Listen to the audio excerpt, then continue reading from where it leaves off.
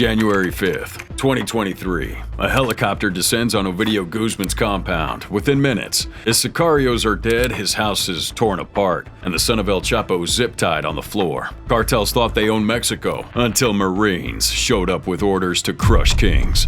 These cartel members were brutally killed by the U.S. Marine Corps. Hoorah! February 7th, 1985, Guadalajara, Mexico. DEA agent Enrique Kiki Camarena walks out of the U.S. consulate to meet his wife for lunch. He never makes it. Cartel gunmen flashing police badges throw him into a waiting car. He fights back. He's outnumbered. That's the last time anyone saw him alive. What happened next would haunt Mexico and permanently damage how America fights its drug war. Before Kiki Camarena became the symbol of a global drug war, he was a kid from Calexico, California. He joined the Marines right out of high school. 4 years of service sharpened his discipline, his instincts, and most of all, his loyalty. Afterward, he would join law enforcement and eventually become a DEA agent. But unlike most agents, Kiki didn't just want to bust street dealers. He wanted the big fish, the cartel bosses. And for that, he had to go where no one else would. Kiki volunteers for an assignment in Mexico at a time when America's agents were terrified to work there. Not because of the people, but because of the power the cartels already had. In Guadalajara, Kiki blended in. He worked undercover for years. He didn't carry a weapon. His mind was his weapon. He wasn't chasing headlines, he was chasing the truth. To cartel leaders, Kiki was a ghost. He moved through the cities quietly, gathering intel, building a network of informants. He had a photographic memory and could recall conversations word for word. His greatest achievement? A single raid. Rancho Bufalo, a massive secret marijuana plantation in the desert worth billions. Owned and operated by the Guadalajara cartel, protected by armed guards and corrupt soldiers. Thanks to Kiki's intel, the Mexican military burned the entire thing to the ground. That single hit cost the Guadalajara cartel nearly $8 billion. That was back in the 80s. Today, that's about $24 billion. Cartel bosses were furious. They'd never suffered a financial hit that big.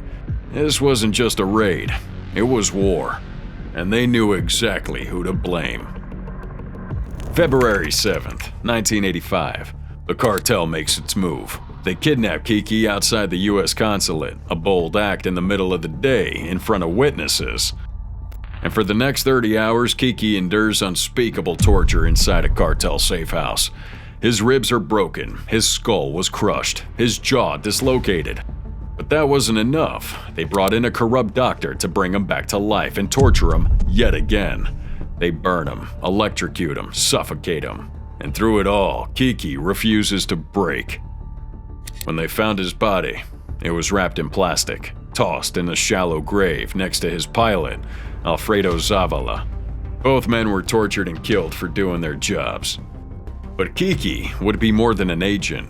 He was a U.S. Marine, and the cartel didn't just kill a man, they declared war on a country.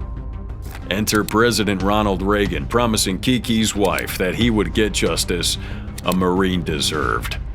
Reagan proceeded to shut down the U.S.-Mexican border. Cars backed up for miles. Mexico's economy bled millions every hour. Behind the scenes, the DEA launches Operation Leyenda, the biggest homicide investigation in the agency's history. There was no more red tape, no more diplomacy, just fire. American agents storm Mexico, and they're not asking for favors. They're demanding justice. We had already identified basically the top level ranking members of the cartel.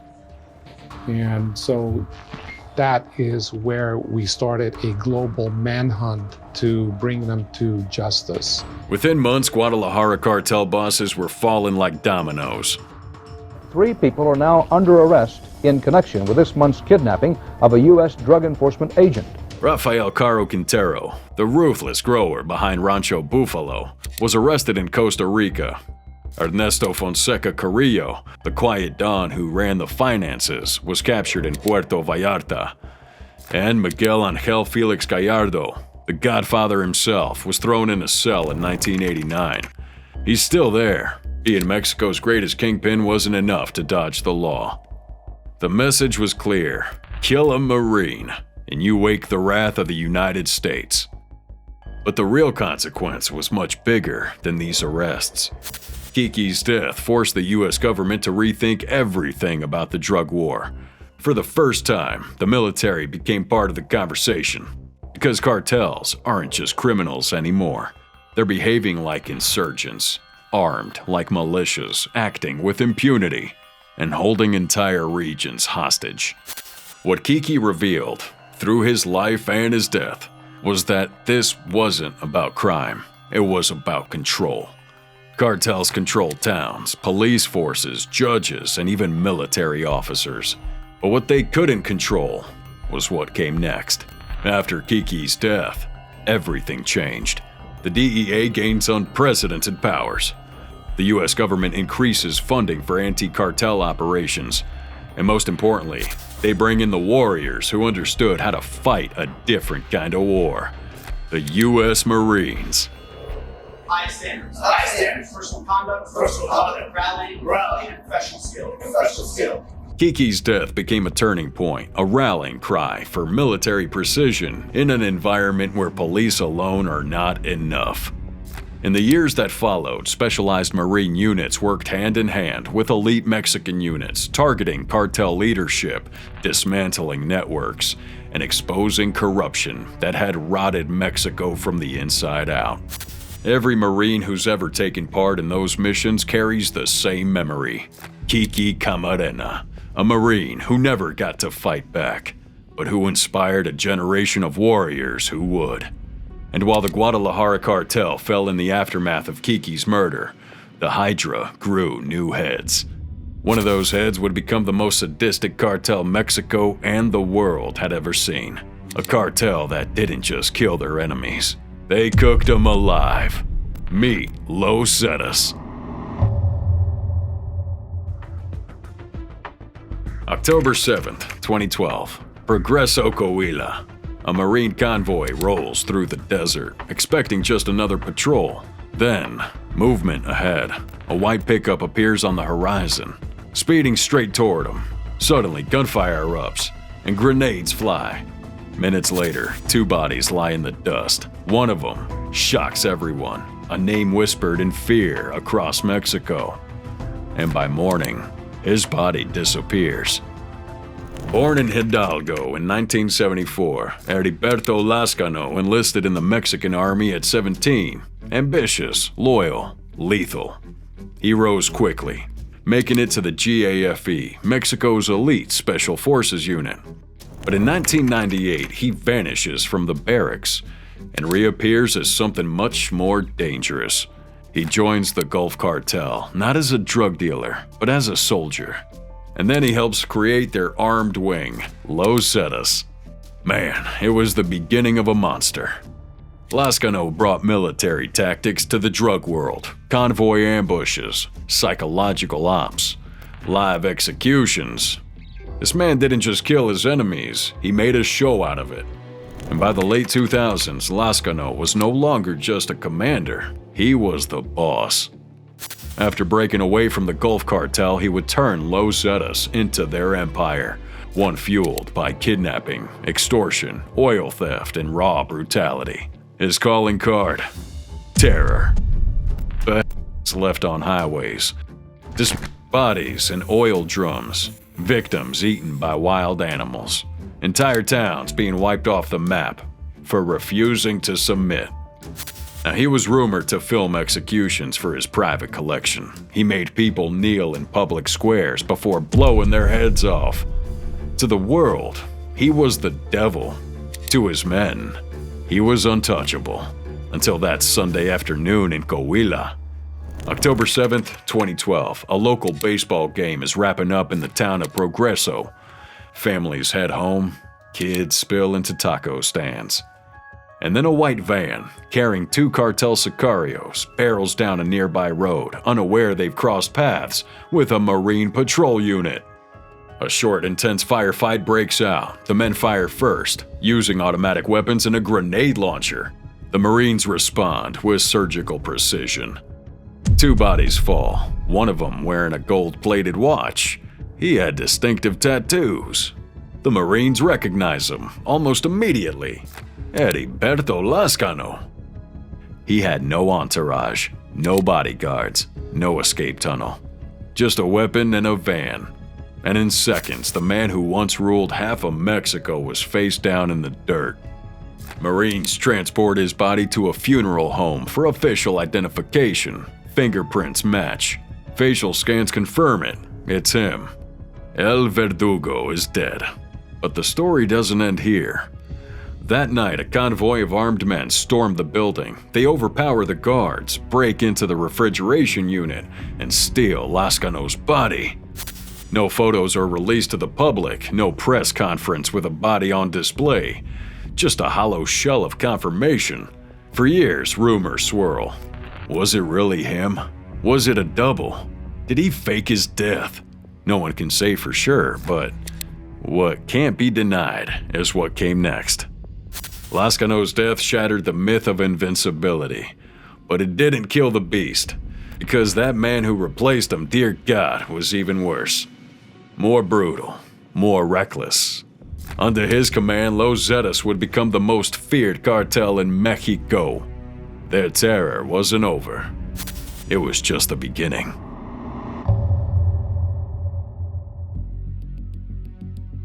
A basement in La Gallera, northern Mexico. Blood is smeared on the walls and a steel barrel is still smoking. The floor is covered in cable ties, decomposing clothes, and shards of bone. Inside, investigators find what Los Zetas called a kitchen. Oh, not for food, but for people. These sick bastards boiled their victims alive, and sometimes in front of their families. And this wasn't just an isolated horror. It was their signature. But in 2008, they crossed a line even they couldn't walk back from. They kidnapped American citizens. And that, my friends, is when the Marines got involved. After Heriberto Lascano was gunned down in 2012, most people assumed Los Zetas would crumble. But instead, they evolved. Lascano's death unleashed something even worse. Because the man who took over wasn't a soldier like Lascano. He wasn't methodical or coldly strategic. This man was chaotic, sadistic, and wild. Under new leadership, Los Zetas didn't just continue their way, they escalated it. Ambushes on military convoys, car bombs outside city halls. Live executions were posted online like they were movie trailers. Bodies left like this for everyone to see. Local cops joined the cartel or disappeared. And civilians, they became collateral. The new boss calls himself Z40. His specialty, a method called El Guiso, the stew. These are stews where you take a member of the family and you put them in a pig boiler and you pour gasoline on them and then you set a match to them. Sometimes Z40 would boil his enemies' families first in front of them before putting an end to their misery. This was his theater, a warning to anyone thinking of talking, resisting, or running. And what was his favorite audience? The Marines. Because Z40 wanted a war, and soon he was going to get one. By now, Los Zetas controlled Nuevo Laredo, the most lucrative drug corridor into Texas. And that's where they made their mistake, because one night they kidnapped American hostages. And that's when the U.S. Marines were called in. Oh, not just to help, but to end it. 2008, Nuevo Laredo. A Zeta compound had been identified deep in cartel-controlled territory, surrounded by lookout towers, armed guards, and escape tunnels. Inside, American hostages, cartel leadership, and an armory of military-grade weapons. The Mexican government couldn't go in alone, too risky, too compromised. So the U.S. Marine Corps stepped in to train an elite task force. Naval Special Forces from Mexico's Marina, one of the few branches not infiltrated by cartel money. 4 weeks, Marines ran drills with their Mexican counterparts, urban warfare, hostage recovery, and tunnel clearance. They would study satellite imagery, listen in to intercepted radio chatter, and learn about every crack in every wall. Then came the night. It was a dark night in Nuevo Laredo. Marine snipers positioned themselves on rooftops, covering every exit. At 2:41 a.m., they make their move. A guard on the perimeter spotted something, opened fire. Big mistake. Within seconds, Marine train units breached the compound from 3 different directions. Suppressors hissed, flashbangs shattered windows. Los Zetas fought like animals, wild, desperate, and disorganized. But the Marines fought like machines. Precise, silent, relentless. Room by room, they clear this complex. Sicarios are found in the closets, under beds, and behind fake walls. They had nowhere to run. In a locked basement room, they discovered 10 hostages, 4 Americans and 6 Mexicanos. Man, they've been chained, beaten, and left to rot. But against all odds, they were still alive. 48 cartel members were dead. 0 Marines lost. This mission wasn't just a rescue. It was a message. And Los Zetas responded with blood.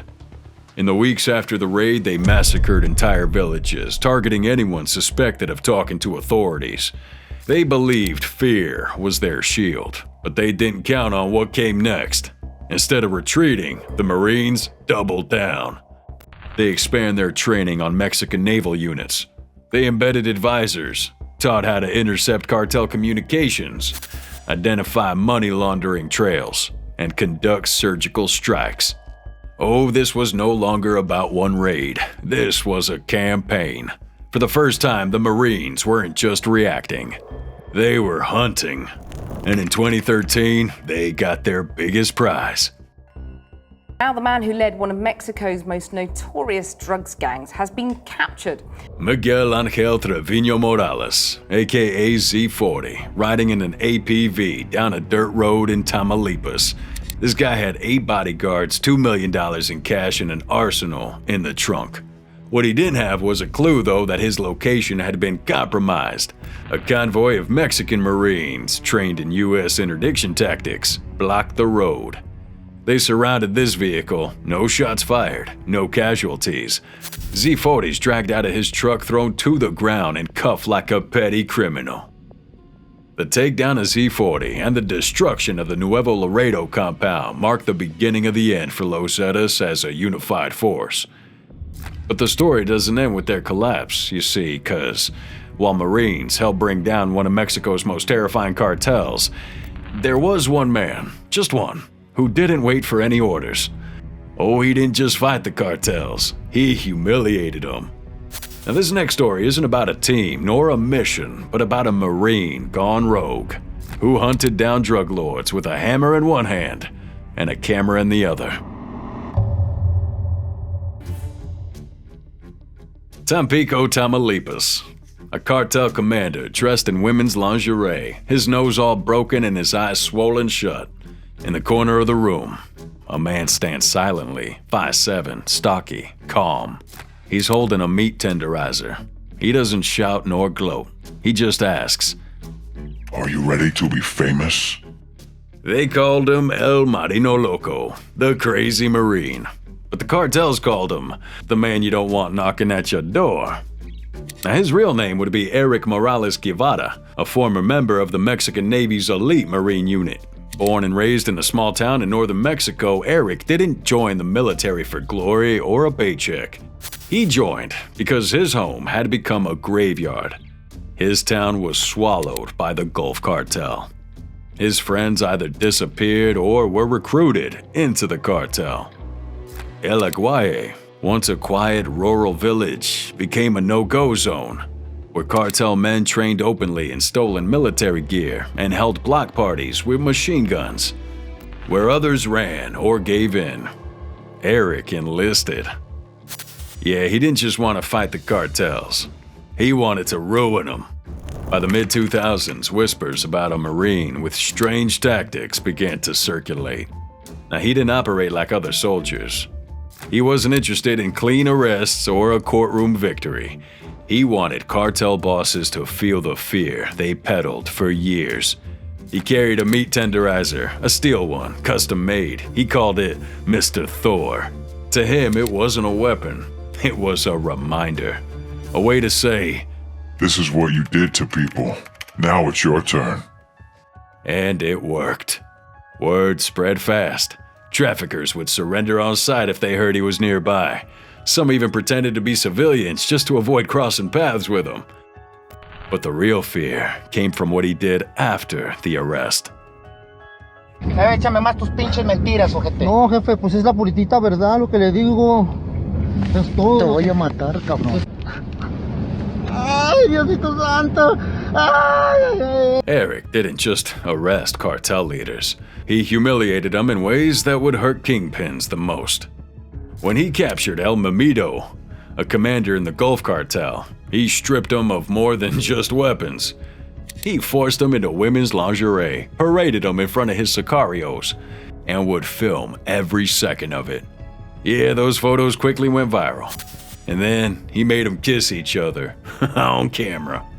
But that wasn't his only trick. When Eric arrested Sylvester Aro Rodriguez, aka El Chive, another cartel heavyweight, he didn't just seize his weapons. Oh man, he took his father's ashes, left some taunting notes on old family photos, and scattered the urn's remains across the suspect's compound. Ouch. That day, El Chive placed a 3 million peso bounty on Eric's head. Another cartel boss, Comandante Toro, went even further. He tried bribing officials to get Eric reassigned. When that failed, he issued his own bounty. 2 million pesos, dead or alive. People, these weren't rumors. These were documented threats. But Eric never stopped. In fact, he escalated.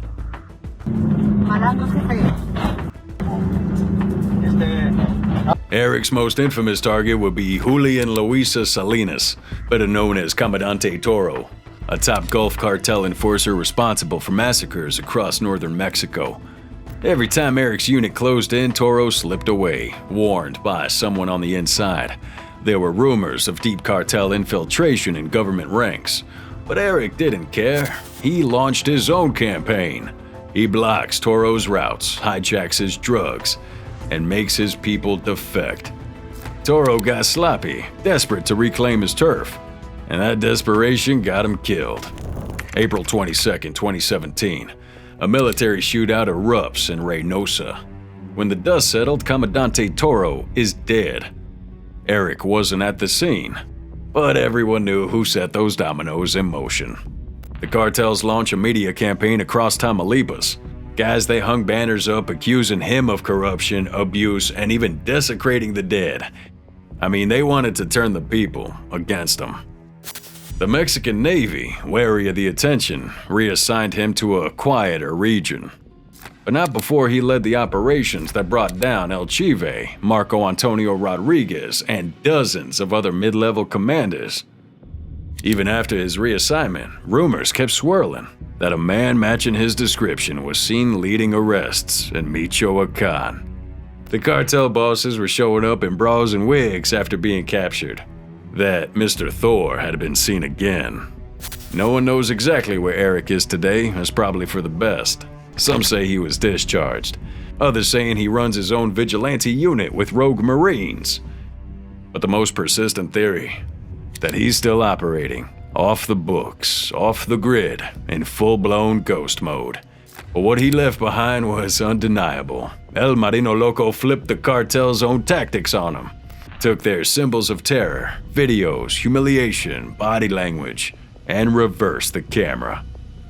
So now while El Marino Loco was waging his personal war with hammers and humiliation, the real war was evolving. Cartels weren't just local terror groups anymore. They were multinational machines. And the Marines weren't just training anymore. They were watching, listening, and planning. Because taking down foot soldiers wasn't enough. It was time to go after their heirs. Dale, dale, dale, vamos. January 5th, 2023, 6 a.m. Jesus Maria, a quiet town nestled in the hills outside Culiacan, erupts into war. Helicopters thunder overhead. Special forces surround a large villa. And inside that house, surrounded by 30 armed guards and a family still in pajamas, is Ovidio Guzman Lopez, El Raton, son of El Chapo. What U.S. Marines found inside his home left the world stunned and started a war that continues to this day. Ovidio Guzman wasn't just another cartel prince. He's born into narco royalty, the son of Joaquin El Chapo Guzman, maybe the most notorious drug trafficker in modern history. While his father built Sinaloa with cocaine and tunnels, Ovidio and his brothers, known as Los Chapitos, carved their legacy in fentanyl and digital surveillance. They didn't inherit the cartel, they rebuilt it, smarter, deadlier, and even more decentralized than ever before. To the outside world, Ovidio was a fugitive with a $5 million bounty. To his followers in Sinaloa, he was a local hero, a narco celebrity, a king in designer hoodies. But behind the aura was a man responsible for torture houses, public executions, and pushing poison that kills Americans every day. And now, the Marines had to come take him down. This wasn't just the first time they had him either. October 17th, 2019, Mexican forces capture Ovidio during a botched raid, but within hours, the Sinaloa cartel launches a siege on the city, burning houses, shooting civilians, surrounding military bases, even threatening to massacre soldiers' families. The government folded. Ovidio was released.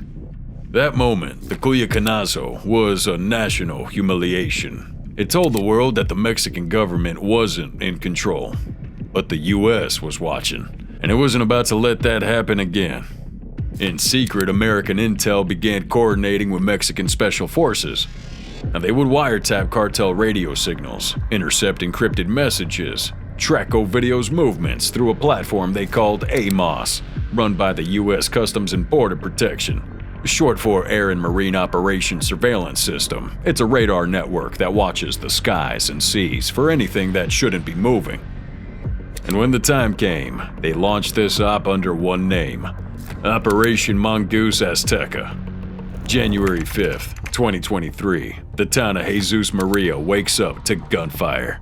Mexican Special Forces, trained by U.S. Marines, descend from choppers straight into Ovidio's backyard. His sicarios, still dazed from a massive party the night before, are caught off guard, drunk, high, and asleep. They scramble for rifles, but it's too late. Within minutes, the house is surrounded. Armed forces breach the compound and find Ovidio in bed. His daughters are rushed out the back door by terrified family members. Within 15 minutes, Sinaloa soldiers, Los Ninis, Ovidio's elite guard, block every road into Jesus Maria with burning trucks and machine gun nests. Gunmen shoot at civilian airliners, storm the Culiacan airport, execute ambushes on convoys. One Mexican Air Force plane carrying Ovidio comes under heavy fire as it crosses the runway. For hours, Sinaloa was a war zone. In total, 29 people are killed, 10 military, 19 cartel soldiers, 35 sicarios are wounded, multiple civilians injured, an entire town cut off from electricity and internet. The scale of this retaliation was bigger than anything seen in years. But this time, the government didn't fold. The Marines weren't just watching, they were guiding. While no American troops officially crossed into Mexican soil, make no mistake, this was a joint operation.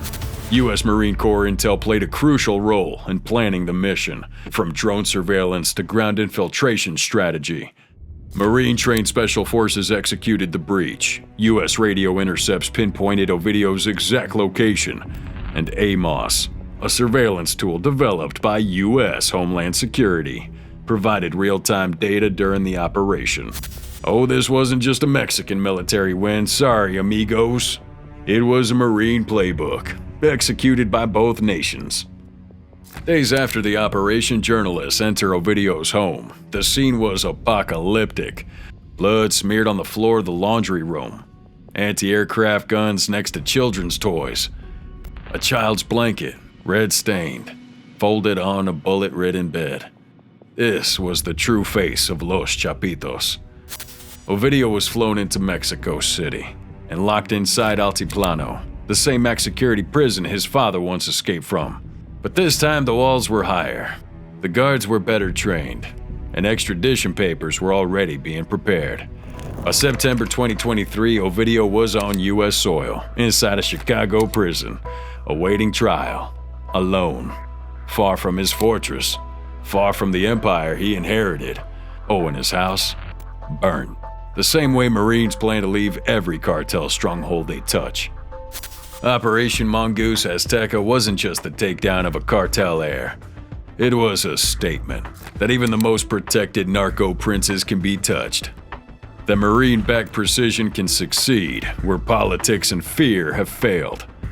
But even as one kingpin was being dragged from his stronghold, another message was being written, this time in blood. Because just months later, the cartel strikes back, not at a drug agent, nor a rival, but at a U.S. Marine. And what followed would change everything.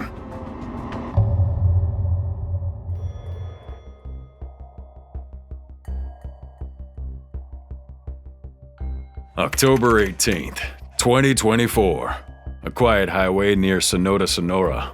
31-year-old Nicholas Douglas Quetz, a former U.S. Marine, is behind the wheel of his truck, laughing with friends on their way to the beach. But just past a desolate gas station, a dark SUV pulls up beside him. Cartel gunmen open fire.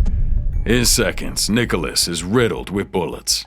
His friends survive, but the Marine doesn't make it out.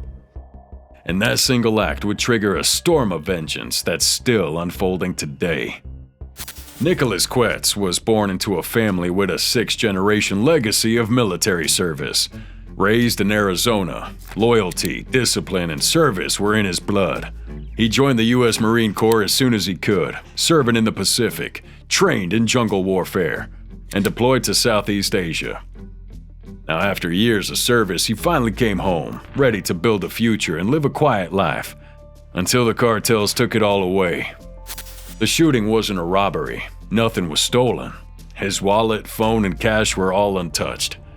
This wasn't random violence either, but a targeted execution, a message sent by the Caborca cartel, the ones controlling the highway like a private kingdom, a no-go zone dressed up as a tourist road. And this time, they didn't just kill a stranger, they murdered a Marine. The news hit like a bomb. Within days, Nicholas's father, Warren Quetz, a retired U.S. Army lieutenant, stepped in front of the cameras and said, "I'll process my son's death after I bring justice, not before." And then came the real headline. He got a call from President Donald Trump. October 31st, 2024, a rally in Nevada. Trump brings Nicholas's family on stage. My son was murdered by cowards, shot in the back on the way to the beach in Mexico. Then, Trump makes a vow that sends chills throughout the cartel world. "We're gonna get that guy. Mexico will give him to us. They have to." Within weeks, Reaper drones are circling cartel strongholds in Sonora. A specialized task force of 150 intel analysts begins reviewing every movement, every phone call, every shadow. The CIA joins in. Surveillance expands. Mexican authorities are given a choice: help or step aside. Then, the first domino falls. February 13th, 2025. A joint strike takes down 7 cartel members tied to Nicholas's murder. Arrested among them would be Jonathan Antonio, aka El Gaya, a mid-level enforcer who confessed to planning the ambush. But for the Marines, this wasn't justice. It was the beginning. In early 2025, Trump formally returns to power and designates the top cartels as foreign terrorist organizations.